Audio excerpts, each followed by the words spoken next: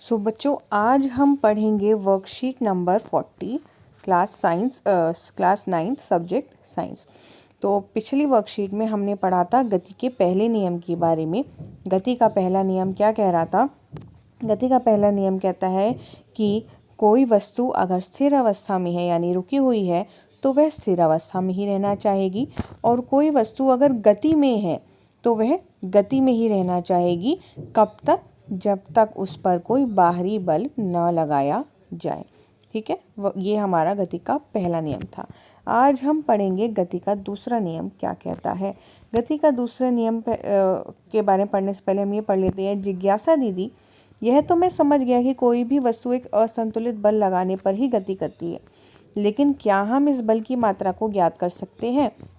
यानी वो ये पूछ रहा है कि जो मैं बल बोल रही हूँ कि बाहरी बल लगेगा तभी वो गति करेगा, तो क्या हम उस बल की मात्रा, उस बल को हम निकाल सकते हैं कि कितना बल होगा वो? तो उसके बारे में हमें पढ़ना पड़ेगा गति का दूसरा नियम।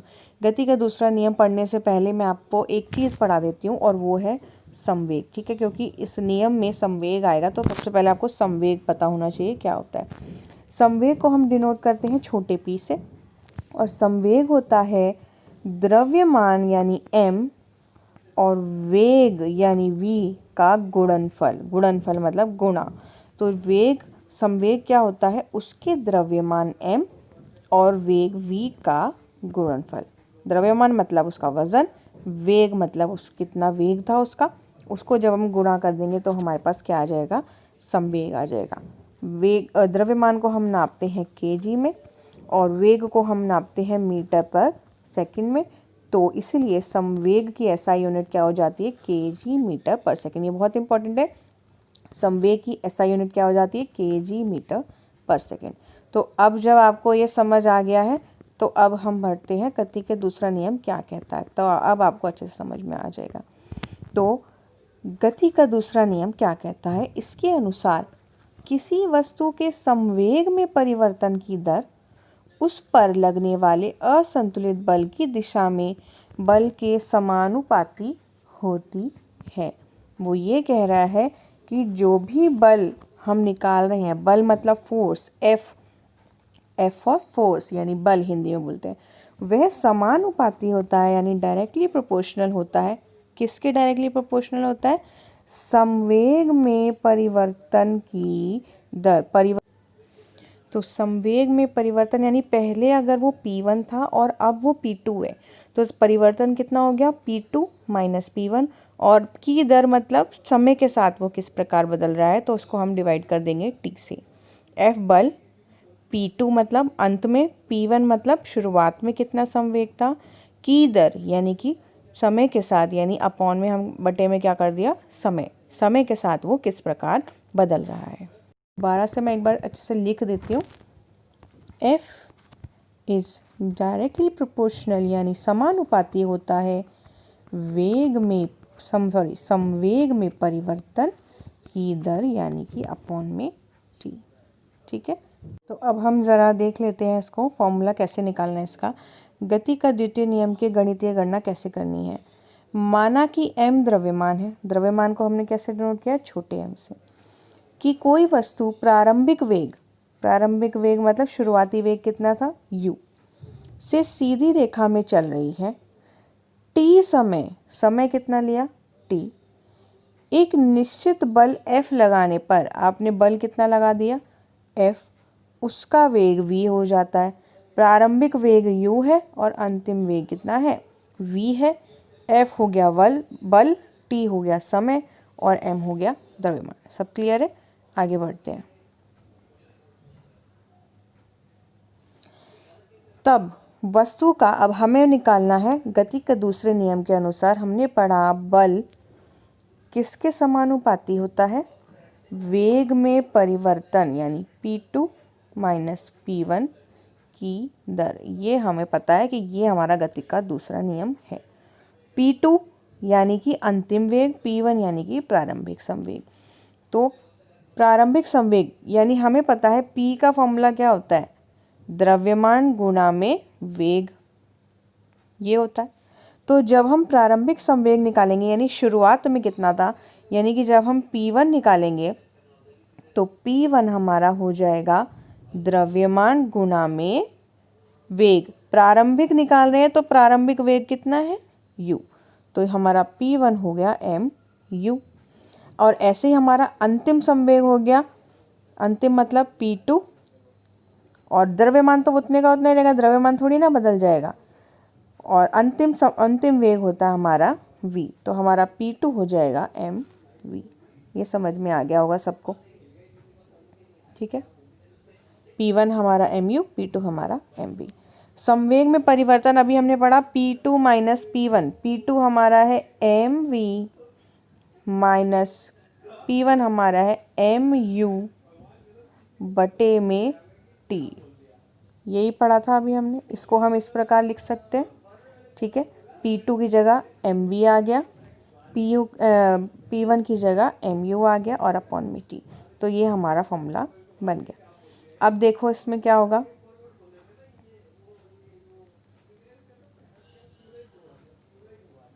दोबारा देखते हैं इसको, एक बार लिख देती हूँ मैं।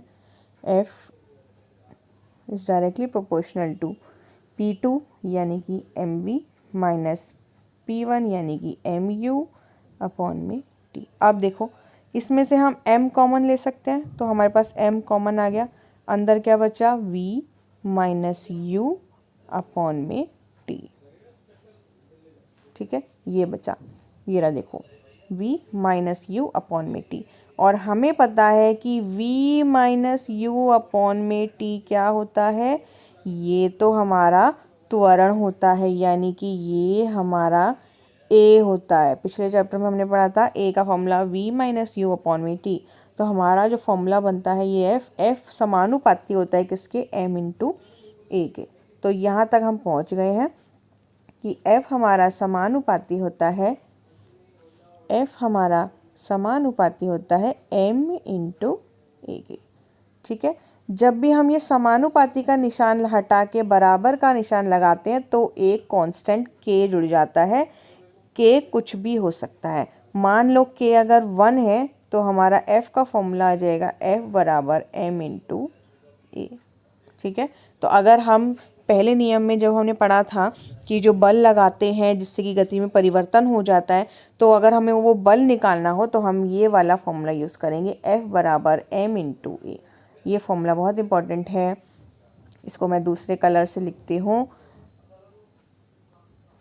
देखिए f बराबर m इंटू a, और f मतलब बल, m मतलब द्रव्यमान, a मतलब त्वरण, और इसकी SI यूनिट होती है न्यूटन, यानी कि n न्यूटन होती है, क्योंकि इसको जो है न्यूटन ने ही इन्वेंट किया था। SI यूनिट उसकी होती है न्यूटन, ठीक है। सब क्लियर हो गया और बहुत अच्छे से क्लियर हो गया। अब हम चलते हैं दैनिक जीवन में इसका क्या प्रयोग है। गति के दूसरे नियम के दैनिक जीवन में क्या प्रयोग है। सबसे पहला, लंबी ऊंची कूद में खिलाड़ी का बालू या कुशन पर कूदना।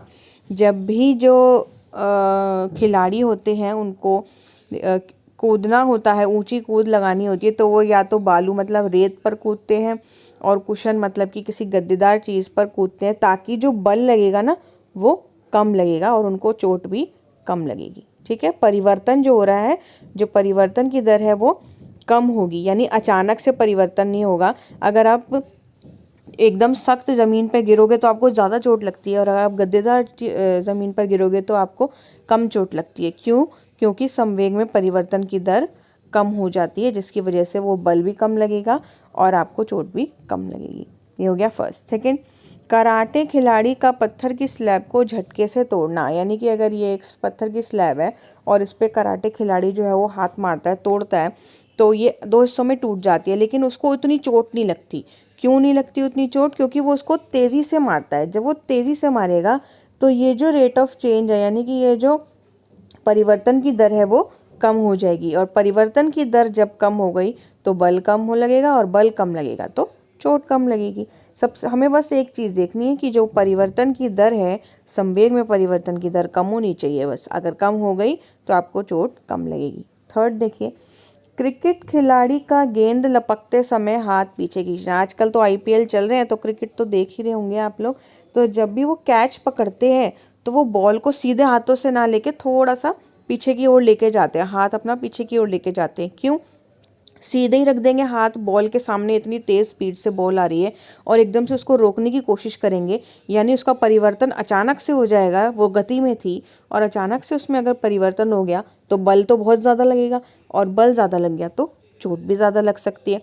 इसीलिए वो धीरे धीरे हाथ को पीछे की ओर खींचते हैं, ताकि वो आराम आराम से अपनी स्पीड कम करे और आराम से परिवर्तन की दर कम हो, और परिवर्तन की दर कम होगी तो चोट भी कम लगेगी और ज़्यादा तेज़ नहीं लगेगी। फोर्थ देखिए, गोली के को केवल बंदूक से निकलने पर ही नुकसान पहुंचाना। यानी इसका क्या मतलब है? गोली का केवल बंदूक से निकल, वो छोटी सी गोली जो बंदूक में डलती है, छोटी सी गोली, अगर मैं ऐसी हाथ से उठा के आपको मार दूं तो क्या आप मर जाओगे या आपको चोट लग जाएगी? नहीं। क्यों नहीं? क्योंकि उसमें वो तो कम स्पीड से आ रही थी, कम स्पीड से आ रही है तो संवेग में परिवर्तन की दर कम है और बल भी कम लगेगा। लेकिन जब आप उसको एक बंदूक से उसको जब आप छोड़ेंगे तो उसकी गति बहुत ही ज़्यादा होगी। जब गति ज़्यादा होगी तो संवेग में परिवर्तन भी बहुत ज़्यादा होगा। संवेग में परिवर्तन ज़्यादा होगा तो बल भी ज़्यादा होगा, और बल ज़्यादा होगा तो आपको बहुत ज़्यादा चोट लगेगी। ठीक, अब ज़रा उदाहरण देख लेते हैं। उदाहरण, एक 5 केजी द्रव्यमान की वस्तु, 5 केजी द्रव्यमान। जब भी आप कोई उदाहरण क्वेश्चन पढ़ते हैं तो सबसे पहले जो उसमें दिया हुआ है वो ज़रूर नोट करो। 5 केजी द्रव्यमान, द्रव्यमान का मतलब छोटा m, कितना दिया हुआ है? 5 केजी की वस्तु पर 2 सेकंड के लिए, 2 सेकंड मतलब टाइम, टाइम कितना दिया हुआ है? 2 सेकंड के लिए एक नियत बल कार्य करता है। बल नहीं बताया उसने क्या है। यह वस्तु के वेग को 3 मीटर पर सेकंड से बढ़ाकर 7 मीटर पर सेकंड कर देता है। यानी प्रारंभ में कितना था? 3, यानी u कितना था? 3, बढ़ाकर कितना कर दिया? 7, यानी अंत में v कितना हो गया?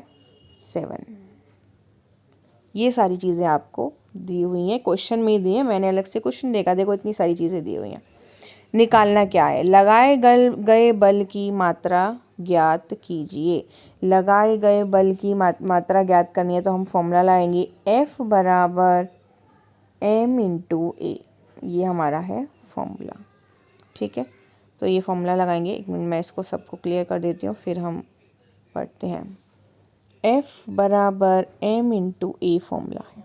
ठीक है, मुझे पता है a क्या होता है? v माइनस यू अपटे में t, ये होता है। m दिया हुआ है 5 किलो, v दिया हुआ है 7 मीटर, u दिया हुआ है 3 मीटर पर सेकंड, और अपॉन में समय दिया हुआ है हमको 2, यानी कि 5, एक मिनट, यानी कि 5, 7 माइनस 3 अपॉन में 2। ये सारी वैल्यू हमने पुट कर दी। सबसे पहले ब्रैकेट सॉल्व करते हैं। 7 में से 3 गए, कितने बचे? 4, तो यहाँ आ गया 4 बटे में कितना था? 2, 2 दूनी 4, और आंसर आया 5 दूनी 2 10। तो F हमारे पास आ गया 10। 10 क्या, ऐसा यूनिट क्या है F की? N, Newton. ठीक है, ये आपका पहले का आंसर आ गया। सेकंड देखिए, यदि इस बल को 5 सेकंड के लिए आरोपित किया जाए तो वस्तु का अंतिम वेग क्या होगा? यानी कह रही है बल तो उतना ही है, 10 ही है,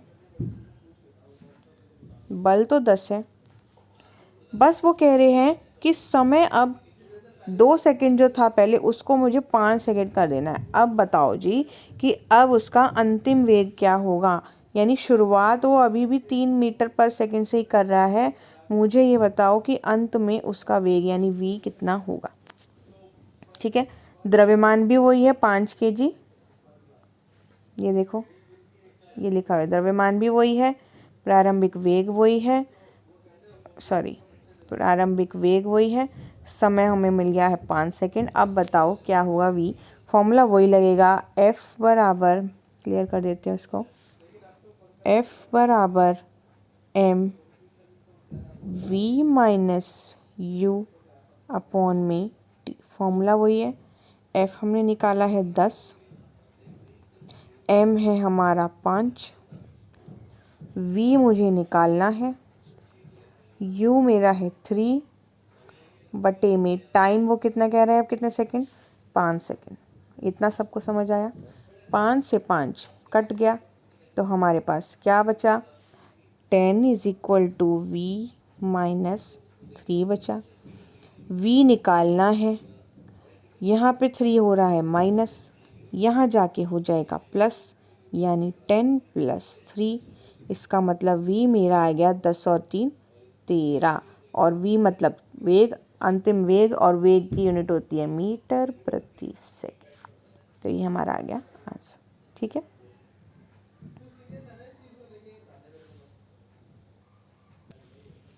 अब क्वेश्चन आंसर पे आ जाते हैं। प्रश्न एक आपका कह रहा है गति के द्वितीय नियम का गणितीय रूप लिखिए, यानी कि उसका फॉर्मूला लिखना है उसके नियम का।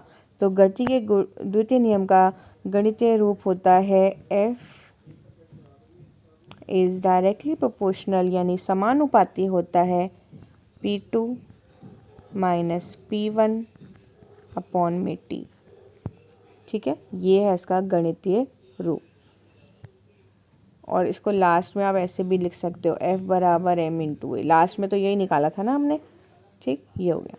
नेक्स्ट, एक कार सड़क पर रुकी हुई है, उसका संवेग क्या होगा, कारण स्पष्ट कीजिए। वो सड़क पर रुकी हुई है, जब रुकी हुई है तो उसका वेग क्या होगा, पहले भी 0 था, बाद में भी 0 हो गया। जब वेग ही 0 है तो संवेग भी 0 है, और जब संवेग भी 0 है तो बल भी 0 है। संवेग भी क्या हो जाएगा, अच्छा संवेग ही पूछा है तो उसका संवेग क्या हो जाएगा, 0। कारण आप लिख सकते हैं क्योंकि उसका प्रारंभिक वेग भी 0 था और अंतिम वेग भी 0 था। तो फॉर्मूला जब हम लगाते हैं P is equal to m into v, तो v इसमें हमारा पास 0 है तो हमारा संवेग भी क्या हो जाएगा, 0। ये इसका आंसर है।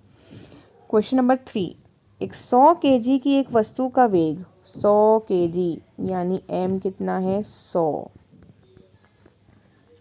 की वस्तु का वेग 6 सेकंड में, टाइम कितना दे दिया 6 सेकंड, 5 मीटर से 8 मीटर हो गया, यानी u तो था 5 मीटर पर सेकंड और अब हो गया v 8 मीटर पर सेकंड। ये हो गया, ये सब हमें दिया हुआ है। उस बल को ज्ञात करो जो उस वस्तु पर लग रहा है, यानी हमें क्या निकालना है, F निकालना है। तो F का फॉर्मूला हम लगाएंगे, F बराबर m v minus u upon में t। ये हमारा फॉर्मूला है।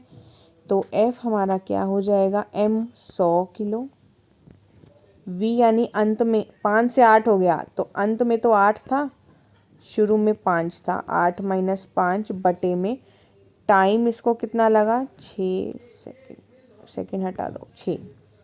ठीक है, अब इसको करते हैं सॉल्व। ये हो जाएगा 100 इंटू 5 में से 8 गए, कितना बचा 3 बटे में 6। ये हो गया, ये कट गया, 3 दूनी 6 और 2 पंजी 10 और 0। तो आंसर हमारा क्या गया, 50 न्यूटन। ठीक है, F हमारा क्या गया, 50 न्यूटन। क्लियर। नेक्स्ट देखिए 4, 0.5 मीटर पर सेकंड वेग से चल रहे 1000 किलो द्रव्यमान वाले ट्रक का संवेग ज्ञात कीजिए। इसका यानी कि m हो गया 1000 किलो, वेग है 0.5 मीटर पर सेकंड, हमें निकालना है संवेग। संवेग का फॉर्मूला होता है m इंटू वी। अब कर दो m इंटू वी, यानी 1000 को गुणा कर दो 0.5 से, तो आंसर क्या आएगा, आंसर आपका आएगा 500। तो संवेग हमारा आ गया 500 और इसकी एसआई यूनिट क्या होगी, kg मीटर पर सेकेंड। ठीक है, ये हो गया आपका लास्ट क्वेश्चन। संवेग को परिभाषित कर उसका मात्रक लिखिए।